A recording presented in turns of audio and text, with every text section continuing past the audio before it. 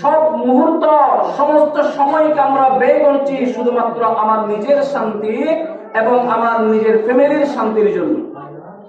আমার বিবি, আমার সন্তান সন্ততি যারা আছে তাদের শান্তির জন্য আমার জীবনকে আমি বিসর্জন করে দিয়েছি, কিন্তু এই শান্তি এরপরও আসে না কেন? মূল কারণ হলো আমরা ওই নিয়ম নীতি থেকে সরে এসেছি যেই নিয়ম নীতি পালন করলে আমরা শান্তি পাব।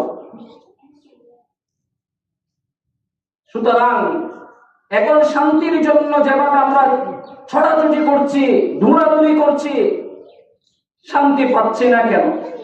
শান্তির জন্য আল্লাহ পাক রব্বুল আলামিন যেই পৃথিবীতে যেই বিধান দিয়েছেন ওই বিধানের অনুসরণ করতে হবে। পৃথিবীতে আল্লাহ পাক রব্বুল আলামিন নবী রাসূল প্রেরণ করেছেন তাদেরকে ওই বিধান শিক্ষা দেওয়ার জন্য, ওই